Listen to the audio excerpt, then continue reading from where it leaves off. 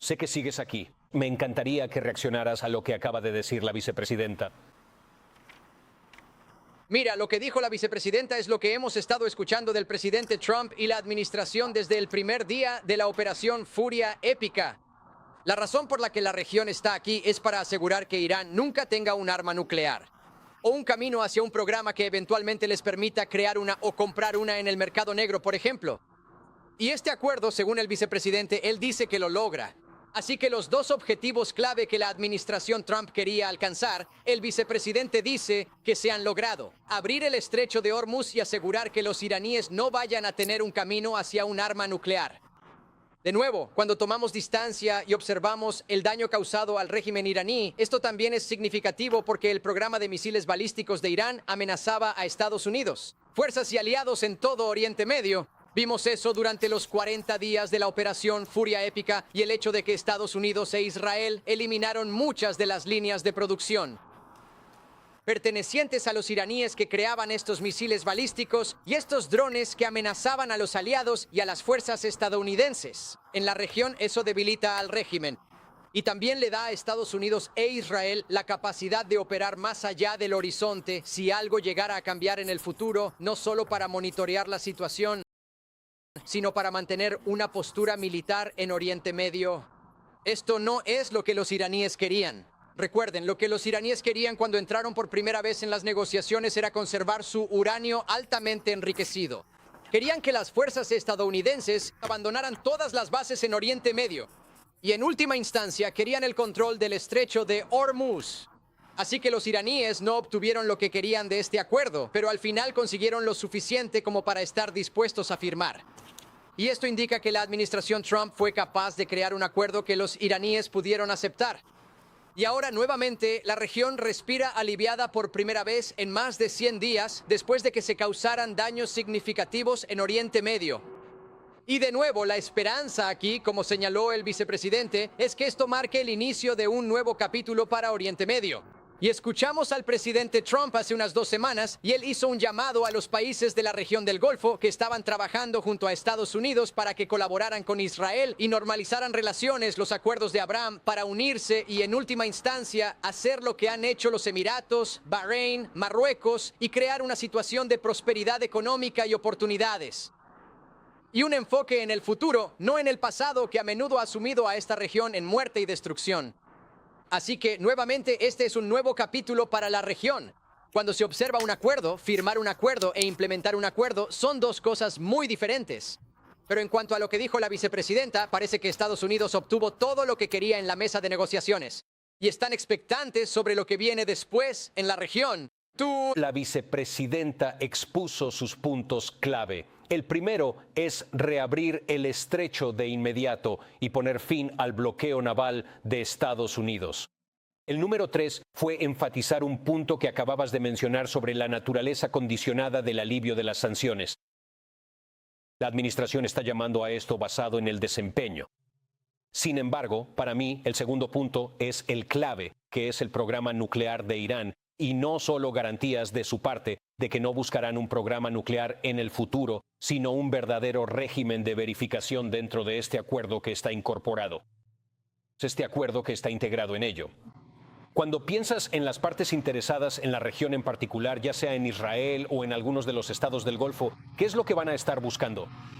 En cuanto a elementos concretos cuando se trata de verificación, porque para mí esa es una parte fundamental de esto. Así que hay dos cosas principales. Una es asegurar que Irán no tenga ninguna instalación restante donde puedan albergar centrifugadoras avanzadas que en última instancia forman parte de eso. El proceso para enriquecer uranio a una forma cada vez más pura, acercándose a material de grado armamentístico. Y lo segundo sería asegurar que el material enriquecido que ya existe dentro de Irán, no solo el material altamente enriquecido al 60% de pureza, sino todo el material enriquecido sea finalmente exportado o destruido y diluido dentro de Irán. Y si se logran esas dos cosas con la verificación, no solo de Estados Unidos, sino también del Organismo Internacional de Energía Atómica y otras partes independientes, entonces se tendría una situación en la que la región puede estar segura de que los iraníes no están trabajando para obtener un arma nuclear. Y recuerden lo cerca que estuvieron antes. comenzaron sus negociaciones antes de la operación Epic Fury, diciéndole a los negociadores estadounidenses, ¿negociadores? Tenían suficiente uranio altamente enriquecido para crear 11 bombas nucleares. Y como vimos durante la operación Epic Fury, tienen un programa de misiles balísticos que puede alcanzar mucho más allá de sus fronteras, no solo a Israel, sino hasta Turquía, como vimos durante la guerra. Y por supuesto, a esos países del Golfo. Así que cuando combinas esas dos cosas, es un elemento muy peligroso para que un país tan impredecible lo tenga. Y por eso comenzó esa guerra y la operación durante Epic Fury.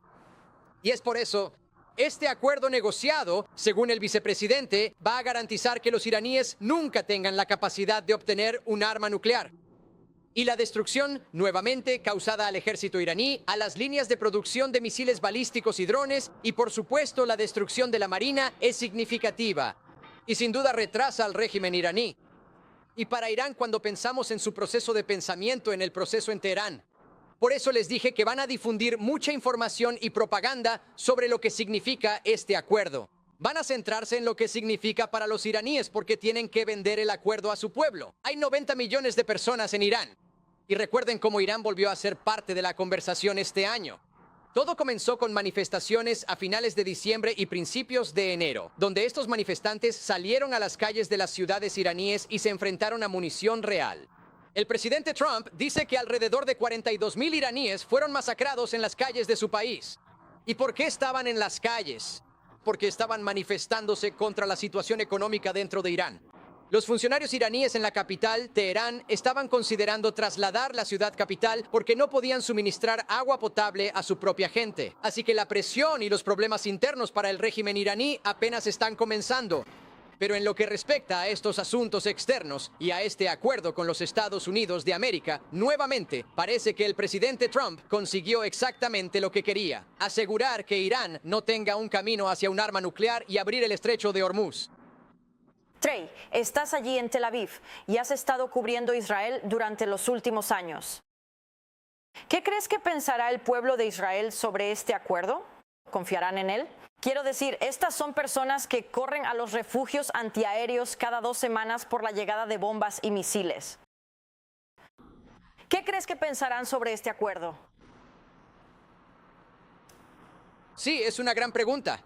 Y cuando pensamos en el pueblo israelí, ellos han vivido la amenaza del régimen iraní de primera mano y de los representantes iraníes como Hamas, los hutíes y Hezbollah.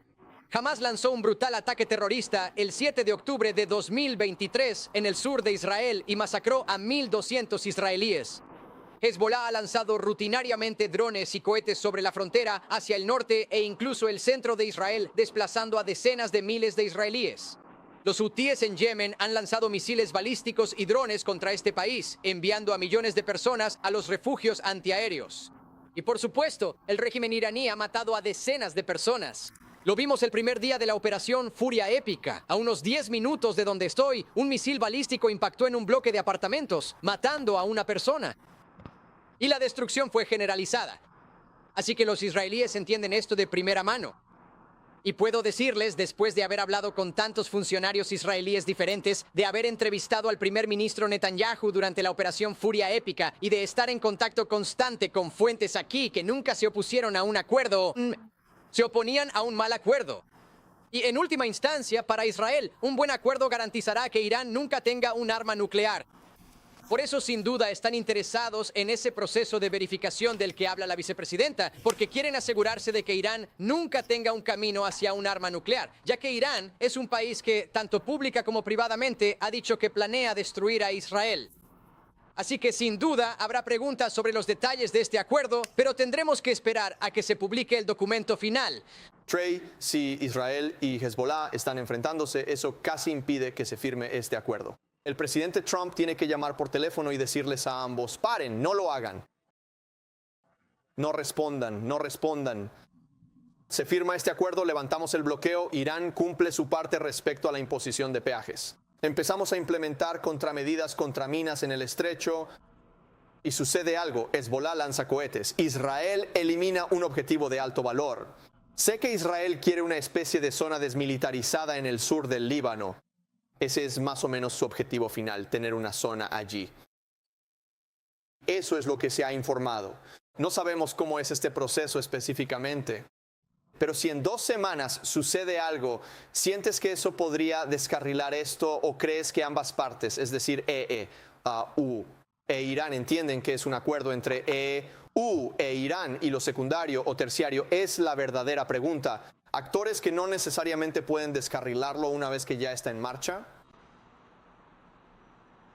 Es una buena pregunta. Y si he aprendido algo cubriendo Medio Oriente durante los últimos 8 años, es a no predecir el futuro. Sí. Porque no lo sabemos. Sí. Y aquí las cosas cambian muy rápido. Y puedes tener un acuerdo un día y al día siguiente hay misiles sobrevolando. Pero en lo que respecta a la situación de hoy, podemos analizar lo que sucedió más temprano hoy. Y hubo una situación en la que después los israelíes estaban recibiendo ataques de drones y cohetes que venían del otro lado de la frontera. Respondieron con un ataque contra el barrio Dahiyya, en el sur de Beirut. Y este es un bastión de Hezbollah. Y mataron a un comandante de Hezbollah. E Irán se había involucrado. La situación entre Hezbollah e Israel estaba vinculada al acuerdo más amplio con Estados Unidos. Y luego, casi de inmediato, escuchamos a funcionarios iraníes decir que iban a responder. Ahora hablé con el presidente Trump en ese periodo y él le dijo a Israel, dejen de atacar Líbano para que podamos cerrar este acuerdo. Le dijo específicamente eso mismo al primer ministro en una llamada. Pero luego dijo que iba a hablar por teléfono con los iraníes para asegurarse de que no lanzaran misiles contra Israel, para no descarrilar este proceso. Y esto te muestra lo delicada que puede ser la diplomacia en el campo de batalla. Porque una instancia específica, un solo ataque, puede cambiar toda la ecuación. Pero claramente, según el vicepresidente Vance, el presidente Trump volvió a involucrarse directamente y salvó este acuerdo de descarrilarse. Y ahora ha sido firmado por ambas partes y van a tener esta ceremonia oficial de firma en Suiza más adelante esta semana. Pero ese es un ejemplo específico de algo que puede salir mal. Si los israelíes son atacados, le dijeron a Fox News que se reservan el derecho de responder. Y si Hezbollah responde y los iraníes vinculan los contraataques a la situación en relación con este acuerdo más amplio, sin duda podría convertirse en un problema. Así que es algo que vamos a estar observando en los próximos días y semanas. Y de nuevo, es imposible predecir el futuro aquí. Simplemente no sabemos cómo se va a desarrollar. Pero sí sabemos esto. Los israelíes dicen que defenderán su país para garantizar que los civiles desplazados del norte puedan regresar a sus hogares. Podrán regresar a sus hogares. En ese sentido, ¿cómo se vería para Irán el incumplimiento o la retirada de este acuerdo en términos de nuestra respuesta a eso? Sabemos que esto se basará en el rendimiento. ¿Y si no están a la altura de ese rendimiento? ¿Significa eso que, en su opinión, la acción militar vuelve a estar sobre la mesa? ¿Vuelven a la mesa de negociaciones? Sé que no tiene una bola de cristal y que no es así. Hemos visto que Irán ha incumplido su parte del trato varias veces, así que me pregunto cómo sería eso. Sí, es algo importante a considerar aquí, porque en cualquier acuerdo un trato puede ser violado. Y si eso ocurre, nos dicen desde Estados Unidos, los funcionarios que tanto la opción militar como la diplomacia siguen estando sobre la mesa como posibles respuestas, dependiendo de cómo sea la violación. ¿Qué? Lo que ha hecho el acuerdo, y esto es realmente importante, es cómo el presidente Trump ha estructurado este acuerdo. Ha hecho que el acuerdo dependa de que Irán realmente cumpla con su parte del trato. Así que los iraníes no van a recibir ningún alivio de sanciones a menos que hagan lo que dicen que van a hacer. Así que si Irán vuelve a amenazar el estrecho de Hormuz, no van a recibir el alivio de sanciones. Si no permiten que el proceso se lleve a cabo en lo que respecta a su programa nuclear, no van a recibir el alivio de sanciones. Y eso es lo que buscan aquí. Es mucho dinero y es mucho dinero que necesitan. Porque hay una variedad de cosas diferentes, no solo en términos de reconstruir su país, sino que también en un momento durante la guerra hubo informes que indicaban que ni siquiera podían pagar a sus propias fuerzas debido a la situación económica dentro de Irán. Así que nuevamente tienen que cumplir con su parte del trato para recibir algo a cambio. Y esa es una razón por la que tendrían un incentivo real para cumplir con el acuerdo. Ahora, nuevamente, si no lo hacen y en el pasado no lo han hecho, han violado acuerdos anteriormente, existen ambas opciones, tanto diplomáticas como militares, sobre cómo podría responder Estados Unidos. Es importante señalar aquí una vez más que los iraníes querían que las fuerzas estadounidenses abandonaran por completo todo Oriente Medio y eso no forma parte de este acuerdo. La quinta flota en Bahrein permanecerá. Estados Unidos, las fuerzas estadounidenses en la base de Al-Udeid en Qatar permanecerán. Así que todavía estamos hablando de miles de miembros del servicio estadounidense que permanecerán en Oriente Medio porque normalmente están destinados aquí, incluso antes de este aumento en el despliegue por la operación Epic Fury. Eso no ha cambiado. Y de nuevo, esto refleja en última instancia lo que Estados Unidos obtuvo en la mesa de negociaciones. Irán no consiguió lo que quería. Y eso es muy importante aquí porque le da a Estados Unidos la capacidad de responder militarmente de manera limitada, donde sea necesario si tienen que hacerlo. Mantienen las capacidades de ataque a distancia para hacerlo. Y no es solo específicamente en lo que respecta a Irán. También es en la región porque, recuerden, Estados Unidos llevó a cabo ataques aéreos contra los hutíes en Yemen porque en última instancia estaban amenazando a Estados Unidos. El aliado Israel y tanto Estados Unidos como Israel realizaron ataques aéreos allí contra ese grupo proxy iraní. Hay otro tema aquí y es una conversación muy larga, pero es algo importante a considerar. Este acuerdo se centra en el estrecho de Hormuz y en el programa nuclear de Irán. En el pasado, los iraníes han amenazado con usar a los hutíes para cerrar Bab al-Mandab, que es la entrada al Mar Rojo. Se traduce aproximadamente como la puerta de las lágrimas. Y si hacen eso, interrumpirían el tráfico marítimo en el Mar Rojo. Así que nuevamente hay palancas que los iraníes todavía podrían accionar y podrían intentar usar a sus grupos proxy para desestabilizar las cosas si sienten que no están obteniendo lo que quieren en estas negociaciones más profundas. Pero de nuevo, si ampliamos la perspectiva sobre lo que ha ocurrido hoy, es un momento de cambio en la región. Y como señaló la vicepresidenta, es una oportunidad para que Oriente Medio mire hacia adelante y no se quede tan estancado. Por gran parte de la retórica que vimos, este ir y venir y las amenazas que estaban ocurriendo, pero más bien mirar hacia adelante a una situación en la región donde el estrecho de Hormuz esté abierto, el 20% del suministro energético mundial vuelva a transitar por esa vía marítima crítica, la producción de GNL, gas natural licuado, de lugares como Qatar, pueda nuevamente salir libremente del Golfo Pérsico e Irán esté negociando en detalle con Estados Unidos y organismos internacionales como el OIEA. Para desmantelar lo que queda de su programa nuclear. Y si todo eso sucede, se está preparando una conversación en Medio Oriente que la región no ha visto en 47 años desde que el régimen iraní llegó al poder. Así que, de nuevo, esa es una visión optimista. Ciertamente, las cosas saldrán mal. Habrá obstáculos en el camino. Pero así es como están las cosas hoy. Hay una ceremonia de firma el viernes en Ginebra, Suiza. El vicepresidente indicó que tanto él como el presidente Trump, o posiblemente incluso ambos, asistirán. Y en este momento, la guerra ha terminado. Y ahora, la región buscará levantarse y mirar hacia adelante para ver qué viene después. Y de nuevo, no sería sorprendente ver al presidente Trump instar una vez más a estos países del Golfo que fueron atacados por Irán a normalizar relaciones con Israel, a unirse a los acuerdos de Abraham.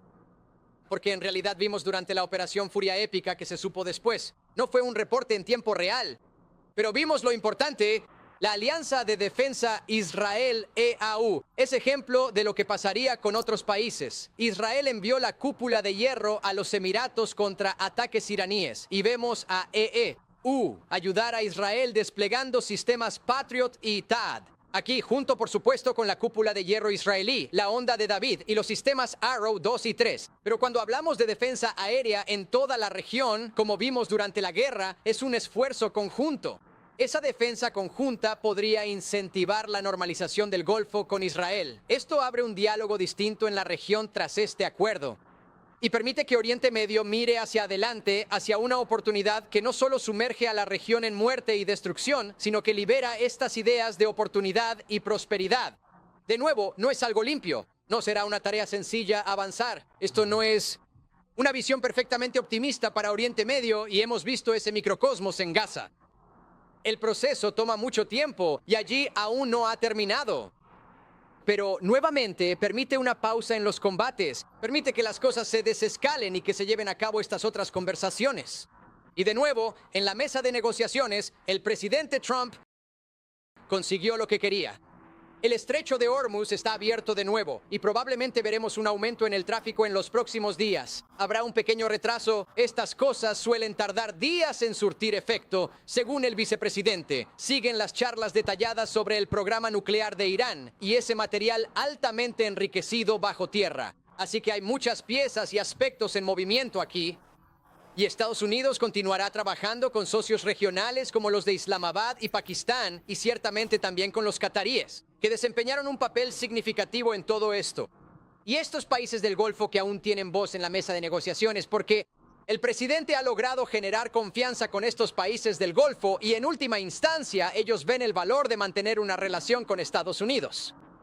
Y ciertamente escucharán retórica por parte del régimen iraní. Ya estamos empezando a recibirla. Solo estoy mirando los cables que me está pasando mi productor aquí.